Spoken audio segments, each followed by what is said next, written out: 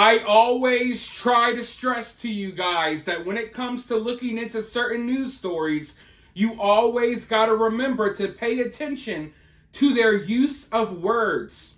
Pay attention to how they word things. Pay attention to how they say things, how they phrase things. Because often these words have meaning. Often they choose their words wisely for a reason, folks. But as you guys know, we have been talking about this EEE virus that is spreading up north through mosquitoes. We got random towns and cities already on lockdown, and I've been looking at a lot of these headlines. I've been reading dozens and dozens of articles, and I do not like the use of words that is being used right now. You see, some of these small towns and cities up in like Massachusetts, they have what they are calling voluntary lockdowns. But when you read through news articles, they talk about how this town or this city is enforcing a voluntary lockdown. Now, the word enforcing is very interesting. That's the word I need you all to pay attention to here. Because if this is a voluntary lockdown, you don't have to enforce anything. In fact, by calling something voluntary, it takes enforcing right out of the equation. There's no enforcing, there's no force involved. This is supposed to be mandatory. Yet when you read through these articles, when you read through these headlines, when you listen to what these people are saying, they keep talking about enforcing voluntary lockdowns. Now, why would they be using the word enforce when it comes to something voluntary? Well, because it has a certain psychological effect on some people. When you read that, you kind of block out the voluntary word and you see enforced, and it seems like this lockdown is something that's mandatory and not really voluntary. So right off the bat, I do find this really concerning because, like I said, I think the fact that they issued this voluntary lockdown, I think that's a bad thing because I think people in these communities will be split down the middle. Some people who think it's safer to stay inside and not go outside, and then other people who want to live their lives. And this is how they divide you down the middle. They have you fighting, bickering, and arguing with each other while they get away with whatever they want to do. But yeah, as I always tell you, and I'm telling you again here, you got to pay attention to the wording. You got to pay attention to how they word things. There's a reason why they're using the word enforce. Now, is this because these voluntary lockdowns won't really be that voluntary in the next couple of weeks? Who knows? This has happened all so quickly. I literally found out that this was happening, and then the next day, the voluntary lockdowns were already being enforced. But it's not just happening in Massachusetts. It's happening in New York. It's happening all over up north. And now Rhode Island, they're starting to restructure their school schedules. They're restructuring after school events, sporting events. It's getting really weird. Let's go ahead and roll this news clip, and then I'll be right back with more thoughts. Schools are having to consider moving some of their after-school activities because of some new recommendations from Rhode Island officials. They're advising schools to reschedule outdoor games and practices because of a rise in mosquito-borne illnesses in the state. Our Alex Torres-Perez goes over the recommendations and how some parents are reacting. Alex. Parents tell me dealing with mosquitoes isn't anything new, and while they may be taking some extra precautions because of this new warning, it isn't keeping them from being outside. It was the last day of summer camp for Ellen Sinar's two kids who will be starting 3rd and 1st grade in just a few weeks. I am ready for them to go to school. And while learning in the classroom is important, so is playing outside. They have a ton of energy that they need to get out. It's critical to their social emotional learning and just being active.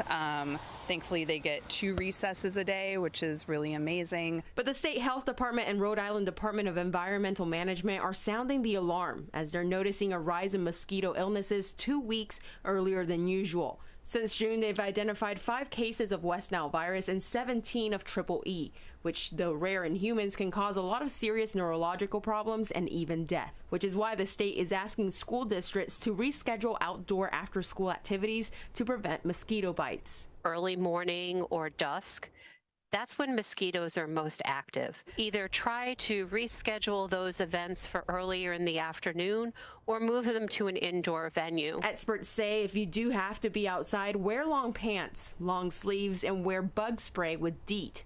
Also, remove any standing water outside your homes to prevent mosquito breeding grounds. Even just one little cup of water can end up thousands of mosquitoes. Steph Sinar says she's already taking with her kids. You know, I think as parents whose kids are outside in New England a lot, mosquitoes and ticks and things like that are already a concern for us. It'll be up to each school district to decide whether to reschedule those after-school activities. So far, no announcements have been made. However, the LaSalle athletic director tells me they're going through those recommendations before they come to a decision. So it starts with, hey, we got to reschedule football practice. Or we got to reschedule this football game. Or cheerleading practice is canceled. It starts with stuff like that. And then before you know it, oh, wait, it's not safe for kids to be standing at the bus stop in the morning. It's not safe for kids to be walking to school in the morning. These are peak hours for mosquitoes. And then before you know it, slowly it transitions into virtual learning, and these kids are right back at home learning from their computers, and they're not going to school. I mean, I feel like that's where we're headed here. Because if you say, oh, the worst hours of mosquitoes early in the morning, yeah, 6, 7 in the morning, that's when kids are sitting and waiting at the bus stop outside. I used to have to battle mosquitoes while waiting at the bus stop. I know how it is. So it starts off small, and then gradually they add little things. Gradually they're planting the seeds right now. Now, hopefully, these seeds don't grow fruit. Hopefully the people in these areas say, you know what, screw that, the hell with you, I'm going to do what I want, right? Hopefully that's what happens. But they're planting the seeds here. They're getting people scared. They're freaking out a certain portion of the population, and what they're trying to do is see how easily people will comply with this. That's what this voluntary lockdown is about. Let's see if people will go along with it, because if we issue a mandatory lockdown, people might freak out too much. People might start ringing the alarms too much, and the whole country might get involved. Right now, folks, I know we've talked about this a few times on this channel. Right now, this story is still very quiet. Most of America has no idea that there's cities up north under lockdown right now because of mosquitoes. So they've managed to make this kind of really quiet. The only people who really know this is going on are the people who are mainly affected by it, living in these areas. They didn't want to ring the alarm bells by enforcing a mandatory lockdown, so they're enforcing a voluntary lockdown so people don't freak out too much. So they still give people the option to do what you want. But in reality, you're not able to do what you want. Because I can guarantee you they're going to start closing down businesses earlier. They're going to do a lot of different things, and they're testing out how far can we go. You know, how many people will go along with this? Do we have 50% of the population going along with this? Or are 90% of the people against this? If they can convince people slowly to go along with this, then we're going to see this implemented in other places. A soft rollout of lockdowns and restrictions on your life because of mosquitoes. Mosquitoes can be anywhere, everywhere, right? So, I don't know.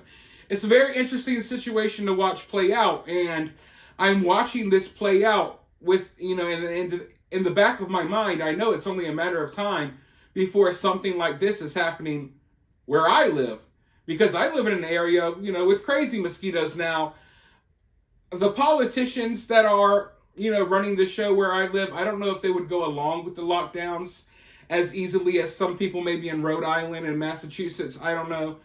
But I guess we'll just have to wait and see, because I do think that we're going to see this and stuff like this spread. If one town says, hey, we're going to lock down people because of mosquitoes, best believe other people are taking notes and they're preparing to do something like that as well in the future. But for now, let me know your thoughts about this down in the comments below. While you're down there, hit that thumbs up, hit that subscribe, ring that notification bell, and I'll talk to you all very soon in the next video.